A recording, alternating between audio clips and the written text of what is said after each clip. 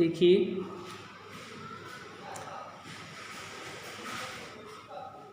Dihydric alcohols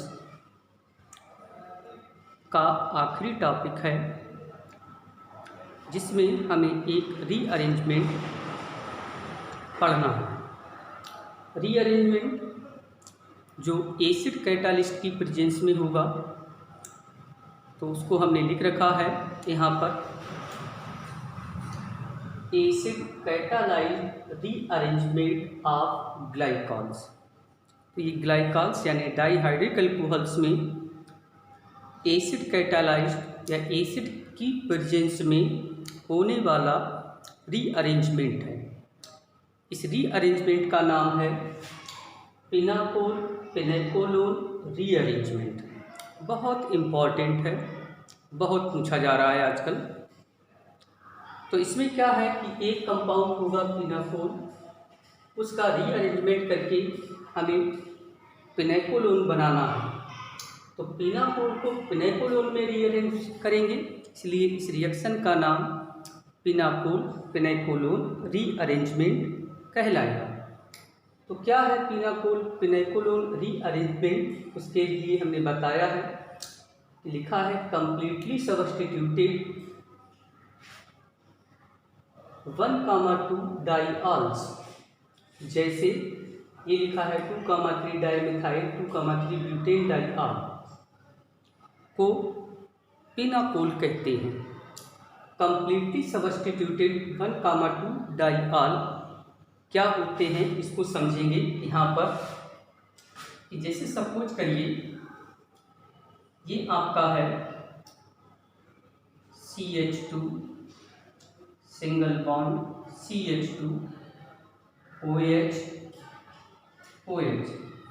तो ये कह लेंगे हम कि ये पहला कार्बन और ये दूसरा कार्बन, तो ये 1,2 डाइऑल हो गया। अब यहाँ से हम इनके कार्बन से लिंक हाइड्रोजन आइटम्स को किसी अदर आइटम या ग्रुप के द्वारा सब्स्टिट्यूट करा दें। जैसे हाइड्रोजन को हटा करके हम यहाँ पर जोड़ रहे हैं मिथाइल 2। तो कहेंगे कि ये ग्लाइकॉल था 1,2 डाइऑल, जिसके कार्बन से लिंक हाइड्रोजन को हटा दिया गया, कहेंगे कंप्लीटली सब्स्टिट्यूट कर दिया गया। तो ये कहलाएगा 1,2 डाइऑल, कंप्लीटली सब्स्टिट्यूटेड डाइऑल। वही हमने यहाँ पे दिखाया है। देखिए कि ये दो कार्बन है, ये पहला कार्बन ये दूसरा कार्बन मान लेंगे।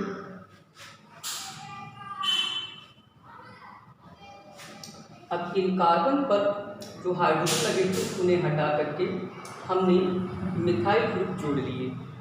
तो ये कंप्लीटली सब्स्टिट्यूटेड डाइऑल हो गया, जिसका नाम लिखा है, और इसे हम कहेंगे पिनाकोल कहते हैं।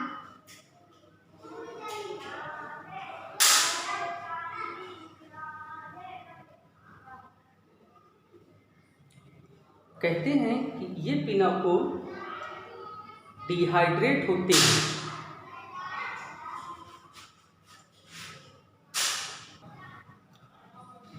तो कहते हैं कि ये डाइऑल यानी पिनाकोल पहले डिहाइड्रेट होते हैं और फिर एसिड कैटालिस्ट की प्रेजेंस में रीअरेंज होकर कार्बोनाइल कंपाउंड देते हैं, जिन्हें पिनेकोलोन कहते हैं।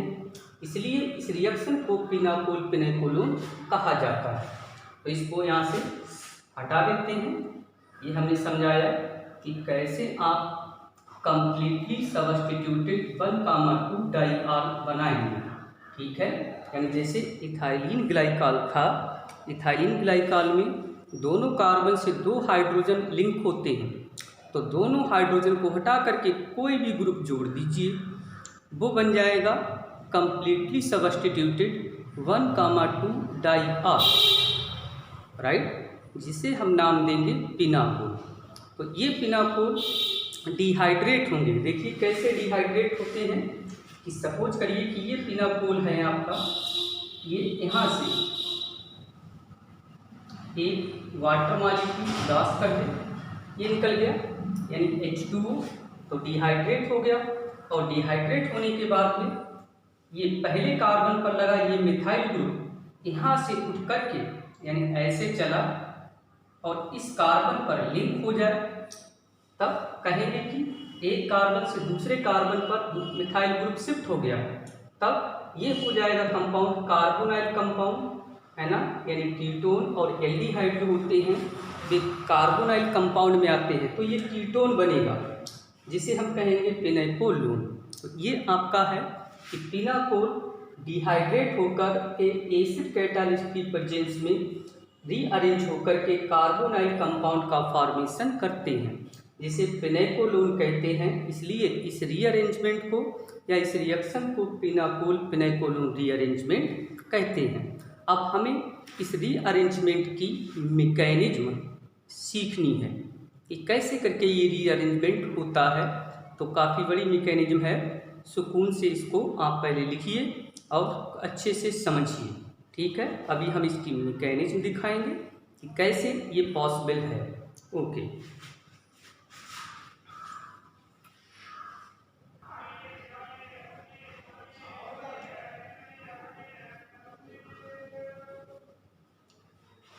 तो देखिए अब बात कर रहे हैं हम यहाँ पर इस रीअरेंजमेंट की मैकेनिज्म पर।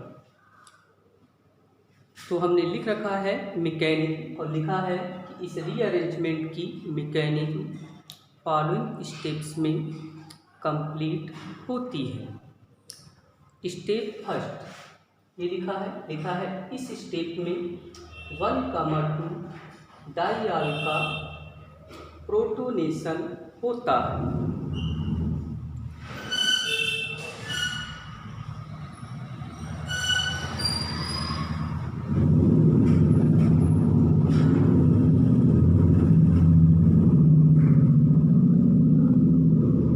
तो प्रोटोनेशन होता है मतलब ये है कि जो 1,2 डाइऑल होगा उसमें प्रोटॉन जुड़ेगा। तब जब प्रोटॉन जुड़ जाएगा तब वो हो जाएगा प्रोटोनेशन। कैसे होता है उसके लिए आप समझेंगे। ये लिख दिया हमने कंप्लीटली सब्स्टिट्यूटेड 1,2 डाइऑल, यानी ये 1 2 पर OH ग्रुप लगे हैं और OH ग्रुप के लिए R लगते हैं, तो 1 2 पोजीशन पर लगातार 2 R लगे हैं, तो 1,2 डाइऑल जो है पिनाकोल। अब यहाँ पर हमने ऑक्सीजन की कंडीशन दिखा रखी है कि ऑक्सीजन पर 2 इलेक्ट्रॉन पेयर, ये एसिड जो कैटालिस्ट के रूप में लिया गया उससे आएगा प्रोटॉन, यानी इसको लिख देते हैं ये प्रोटॉन। तो हम जानते हैं कि प्रोटॉन जिसके पास कोई भी इलेक्ट्रॉन नहीं होता है, तो ये प्रोटॉन OH ग्रुप के ऑक्सीजन से एक इलेक्ट्रॉन पेयर ले लेगा। जब ले लेगा तब इस ऑक्सीजन पर प्रोटॉन जुड़ गया। देखिए कितने हो गए, 2। पहले एक हाइड्रोजन था, एक ये प्रोटॉन जुड़ जाएगा इलेक्ट्रॉन पेयर को लेकर के, तो 2 हो गए, यानी OH2। ऑक्सीजन पर एक इलेक्ट्रॉन पेयर बचा और ऑक्सीजन का इलेक्ट्रॉन पेयर प्रोटॉन ने ले लिया, इसलिए ऑक्सीजन पर इलेक्ट्रॉन की कमी हो गई। कमी के कारण इस पर लगा दिया हमने पॉजिटिव चार्ज, ठीक। तो इसमें प्रोटॉन जुड़ गया, इसलिए इसका नाम लिख दिया गया प्रोटोनेटेड डाइऑल, राइट। अब स्टेप सेकंड में बात करेंगे तो कहा है कि इस स्टेप में प्रोटोनेटेड डाइऑल एक वाटर मॉलिक्यूल लॉस करके कार्बोनियम आयन बनाता है। तो देखिए ये प्रोटोनेटेड डाइऑल है, देख रखा है आपने पहले से। ये अपने अंदर से एक वाटर मॉलिक्यूल लॉस करेगा, कैसे करके कि इस ऑक्सीजन जिस पर इलेक्ट्रॉन की कमी है और दूसरा ये इलेक्ट्रोनेगेटिव है, जिसके कारण ये ऑक्सीजन एटम इस बॉन्ड के इलेक्ट्रॉन पेयर को ले लेगा। जब ले लेगा तो हम इसको ऐसे दिखाएंगे, ये इलेक्ट्रॉन पेयर ऑक्सीजन पर जा रहा है, तो देखेंगे ये निकल गया H2O। H2O यानी ऑक्सीजन पर एक इलेक्ट्रॉन पेयर पहले से था और एक उसने और ले लिया, तो ऑक्सीजन के पूरे हो गए। लेकिन इस कार्बन पर कमी हो जाएगी। कमी के कारण लगा दिया पॉजिटिव चार्ज। हम लोग पढ़ते हैं कि कार्बन पर जब पॉजिटिव चार्ज होता है तो उसे लिखा जाता है कार्बोनियम आयन। तो ऐसे करके कि सबसे पहले स्टेप में 1,2 डाइयाल का प्रोटोनेशन हुआ, मिला प्रोटोनेटेड डाइयाल। फिर दूसरे स्टेप में प्रोटोनेटेड डाइयाल ने एक वाटर मॉलिक्यूल लॉस किया, वाटर मॉलिक्यूल लॉस करके ये निकाल दिया, बनाया कार्बोनियम आयन। ये 2 स्टेप अभी हो पाए हैं। आगे बढ़ते हैं।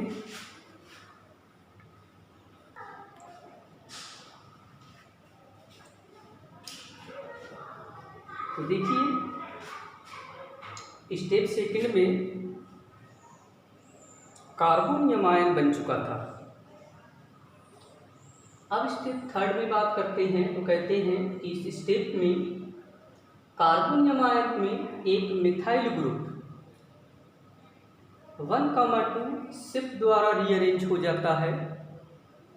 1,2 शिफ्ट यानी एक कार्बन से दूसरे कार्बन पर शिफ्ट हो जाता है, जिससे ऑक्सीजन आइटम पर पॉजिटिव चार्ज आ जाता है और ऑक्सोनियम आयन का फॉर्मेशन होता है। ये देखिए जैसे ये कार्बोनियम आयन है तो इसमें ये एक कार्बन, ये दूसरा कार्बन, इस कार्बन से हटकर के मिथाइल ग्रुप इस कार्बन पर शिफ्ट हो जाए। जब इस कार्बन पर शिफ्ट हो जाएगा तब इस कार्बन की वैलेंसी 1, 2, 3 बचेगी। तो इस पर हम कहेंगे कि कार्बन पर इलेक्ट्रॉन की कमी के कारण ये जो इलेक्ट्रॉन पेयर है ये ऑक्सीजन और कार्बन के बीच डीलोकलाइज हो जाएगा। तब ये तो चला गया, इस कार्बन पर ये लग गया, यहाँ से पाई बॉन्ड टूट करके कार्बन ऑक्सीजन के बीच आ गया यानी डबल बॉन्ड हो गया। लेकिन ऑक्सीजन पर इलेक्ट्रॉन की कमी के कारण पॉजिटिव चार्ज, तब इसका नाम हो जाएगा ऑक्सोनियम आयन।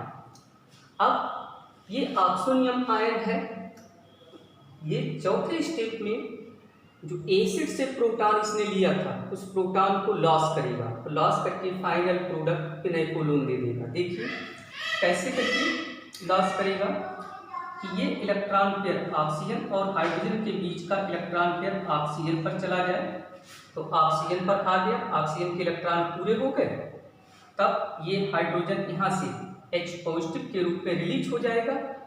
तब हमें ये कार्बोनाइल कंपाउंड मिलेगा फिनाइकोलोन। एक्चुअल में अगर आप इस मैकेनिज्म में बात करेंगे तो ये कार्बोनियम आयन है, इसको बनाने की जरूरत पड़ी और फिर कार्बोनियम आयन से ऑक्सोनियम आयन बनाया। हम चाहते तो इसी कार्बोनियम आयन से ये फाइनल प्रोडक्ट बना देते,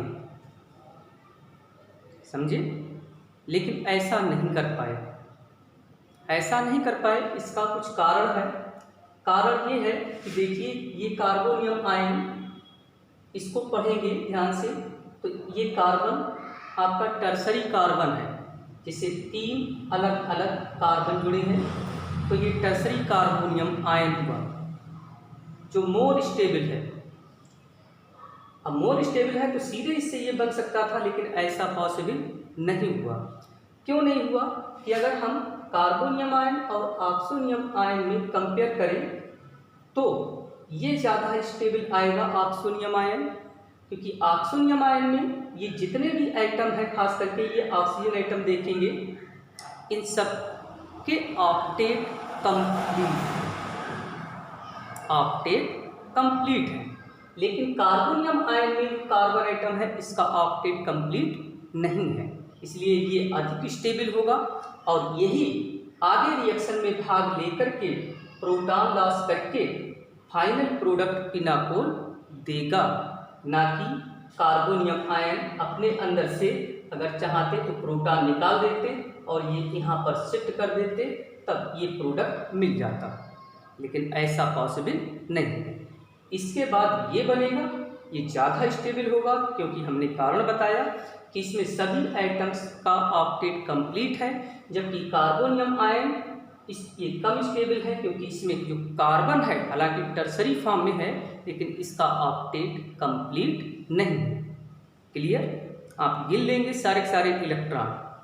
तो ये था बेटा ग्लाइकॉल्स में एसिड कैटालिस्ट की प्रेजेंस में होने वाला रीअरेंजमेंट, जिसका नाम था फिनाइकोलोन रीअरेंजमेंट। ये बहुत पूछा जाता है ना। इसकी मैकेनिज्म इस 4 स्टेप्स में हमने कंप्लीट की। देखिए हम लोग अभी तक पढ़ रहे थे डाइहाइड्रिक एल्कोहल्स, ठीक। अब हम अगला सेक्शन शुरू करेंगे अगले लेक्चर में, जिस छोटा सा है वो, जिसमें हम पढ़ेंगे ट्राइहाइड्रिक एल्कोहल। लेकिन आप कंडीशन ये लगाइए कि आने वाले एग्ज़ाम में जो भी आएगा ज़्यादा से ज़्यादा डाइहाइड्रिक एल्कोहल से आएगा।